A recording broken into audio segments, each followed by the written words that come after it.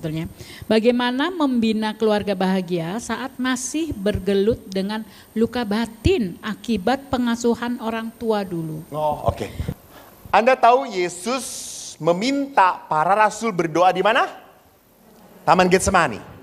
Dan terjadi juga hal yang begitu mengejutkan bahwa di Taman Getsemani Yesus ditangkap. Ya. Apakah Yesus menyangka bahwa akan ditangkap pada saat itu? Tidak. Tetapi kalau ia ditangkap, betul, itu sudah tahu Yesus. Itu resiko. Nah, pada saat ditangkap, ingat Petrus menghunus pedang, menancapkan pedang pada salah seorang tentara yang bernama siapa, Bu? Siapa? Bu? Bu? Bu? Markus sih kelar kasus.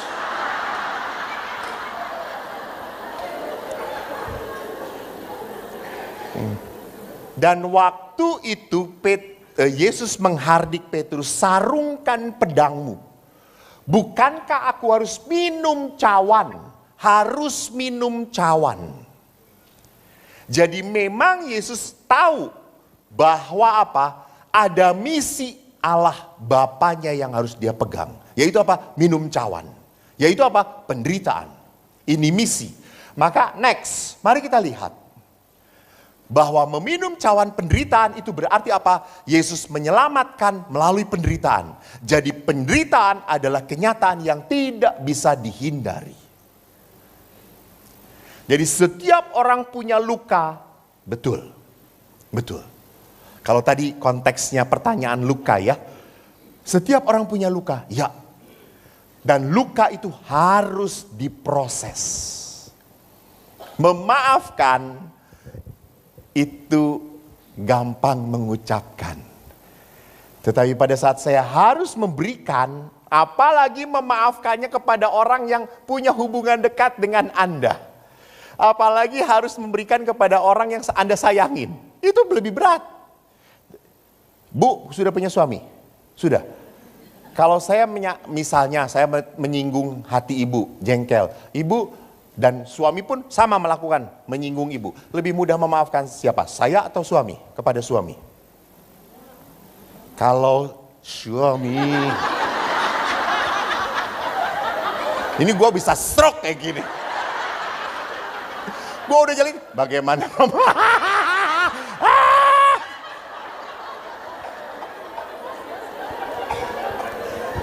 Ibu kan punya suami. Saya pastor. Saya melukai ibu, menyakiti hati ibu, sama suami pun melukai dan menyakiti hati ibu. Lebih mudah memaafkan siapa? Pastor atau suami ibu? Ya, betul. Kenapa? Karena ibu tidak mencintai saya. Betul. Karena saya orang lain. Tapi kalau orang itu sudah punya hubungan batin dan dia melukai, paling sulit saya ampuni. Jadi orang yang paling sulit diampuni adalah orang yang punya arti dalam hidup saya. Apalagi orang tua tadi kan, apalagi pasangan. Tetapi tetap harus harus dibereskan, diproses. Dan penderitaan itu memang it's a part of our life. Penderitaan adalah cara Tuhan membentuk saya. Maka kalau penderitaan membentuk saya, dan kalau saya tidak mengolah penderitaan, maka saya menjadi orang yang hidup dalam akar kepahitan. Ingat, orang yang hidup dalam akar kepahitan gak pernah ngomong. Sekali ngomong, singkat, padat, jelas, menyakitkan. Kalau orang berakar kepahitan selalu ngeliat negatif. Selalu ngeliat kejelekan. Itu orang yang berakar kepahitan. Jangan pernah mau bisa mendengarkan pujian dari orang yang hidupnya berakar kepahitan. Anda bekerja seperti apapun selalu kurang di mata dia. You get what I mean? Jadi masalahnya batinnya dia. Tetapi kalau orang sudah punya akar kepahitan, lalu dia bisa mengolah, dia akan bisa menjadi pribadi yang bermurah hati, empati. empatik. Dia mudah tergerak oleh belas kasihan. Gua pernah ngerasain yang lu rasain. Itu empati. Kedua, penderitaan terjadi karena kita hidup dengan pasangan yang tidak sempurna. Ingat tadi saya katakan. Mengapa hidup di dalam dunia ini kadang-kadang kita kecewa, marah, jengkel. Mudah banget. Contohnya aja, kalau saya pagi-pagi harus misa pagi di susteran. Di panti jompo itu kan siang. Lalu saya pakai mobil, di depan mobil pelan-pelan, saya udah tahu pasti perempuan. Sorry ya. Karena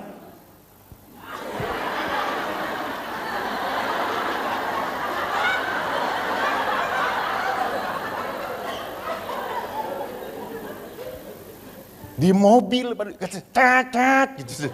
Dan si ibu itu pas saat dilihat, kita hidup di dunia yang tidak sempurna. Ada next. Ketiga, penderitaan bukan alasan untuk melarikan diri. Justru pada saat Anda menderita, undanglah Roh Kudus. Undanglah Tuhan. Ingat, Bu, Pak, doa punya kekuatan sejak zaman para nabi. Percaya atau tidak? Ya. So, kalau Anda percaya dengan kekuatan doa, berdoalah. Berdoalah. That is the most powerful in our life is just prayer. Doa. Tetapi pada saat doa jangan doa, kok nggak jadi-jadi ya? Kok nggak terbukti ya? Ingat, dengan Tuhan itu nggak bisa. You see and you believe. Salah. Iman itu you believe and you will see. You believe and you will see. That is faith. Itu iman. Yang keempat, saya nggak mau membahas ini. Ini yang mau next. Nah, maka kalau penderitaan sudah tidak bisa tertahankan, ingat. Waktu Yesus memikul salib, Yesus meminta tolong pada seseorang yang bernama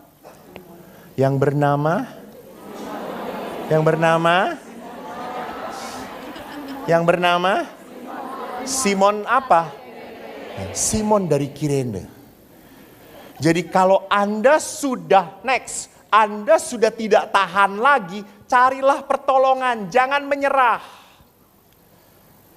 Pertolongan itu siapa? Bisa komunitas.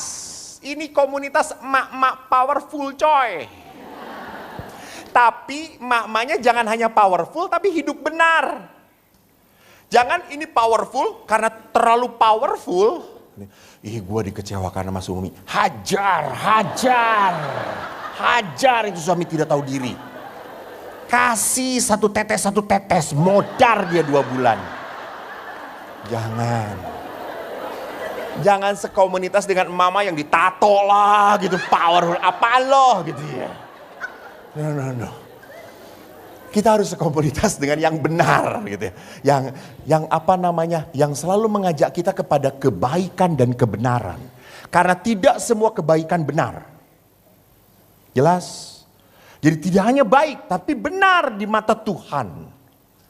Ini baik untuk, ya tetapi tidak benar, berarti nggak akan membuat Anda damai. Tadi dari buahnya itu. Cari pertolongan. Bicara dengan psikolog. Ibu-ibu, saya itu tadi ditanya saya di rumah retret Pratista ada retret pasutri. Growth namanya.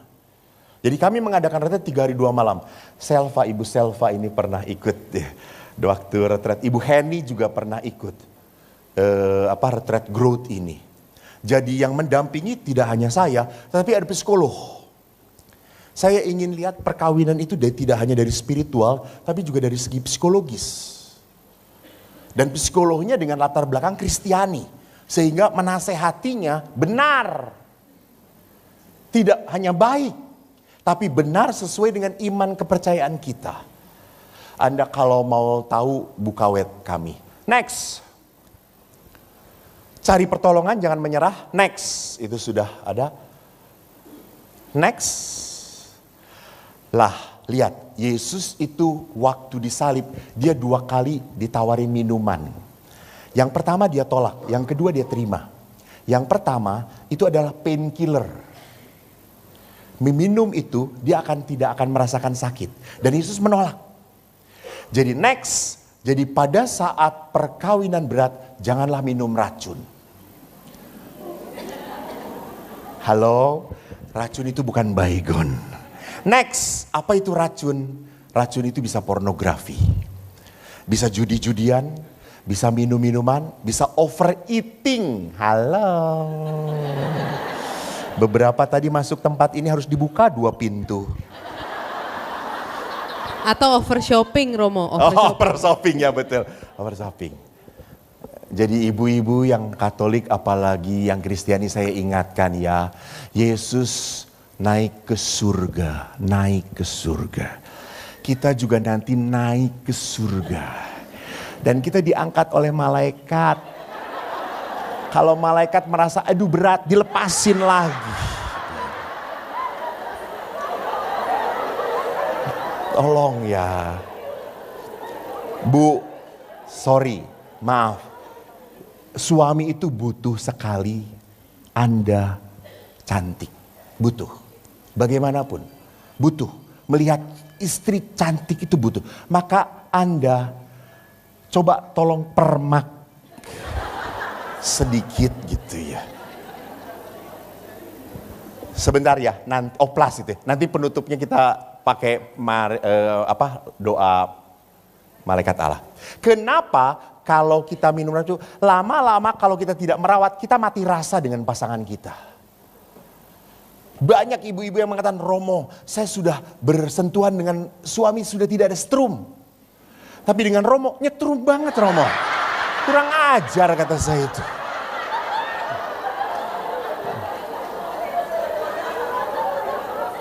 Kan saya selalu ngomong, umumnya suami istri kalau hidup bersama-sama lama-lama, wajahnya makin sama, makin mirip, betul. Yang menjadi masalah kalau istri menjadi mirip dengan pastor paroki.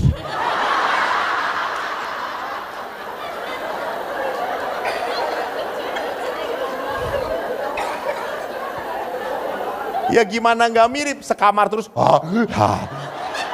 Tarik napas sama terus gitu ya. Next. Yesus berkata tentang pengampunan. Kebablasan. Tentang pengampunan. Maka tadi tentang luka batin. Menyembuhkan luka itu hanya dengan pengampunan. Mengampuni bukan karena kita baik. Atau bagi pertobatan suami saya tadi. Tetapi kita mengampuni karena kita tidak mau hidup dirusak, dihancurkan oleh luka orang lain. Ingat, suami Anda pun mungkin banyak luka. So many unresolved issue. Banyak masalah batin dia yang belum dibereskan. Maka pada saat ia menjadi suami, dia otomatis keluar dia kemarahannya, kejengkelannya, kekecewaannya. Meledak-ledak. Nah, kesabaran kita, bertahan kita setia, semoga menyembuhkan pasangan Anda. Tapi kalau Anda hantam lagi, dia akan makin meledak sakitnya, kecewanya. Next, Bapak Paus mengatakan hal yang sama. Ini saya suka banget. Tidak ada keluarga yang sempurna. Kita tidak punya orang tua yang sempurna. Kita sendiri tidak menikah dengan orang sempurna. Dan kita tidak punya anak-anak yang sempurna. Kita punya keluhan satu sama lain. Kita kecewa satu sama lain. Oleh karena itu tidak ada pernikahan yang sehat dan keluarga yang sehat tanpa pengampunan. Maka apa? High expectation bisa membuat bahagia kalau Anda bisa mengampuni. Tuhan memberkati. Terima kasih.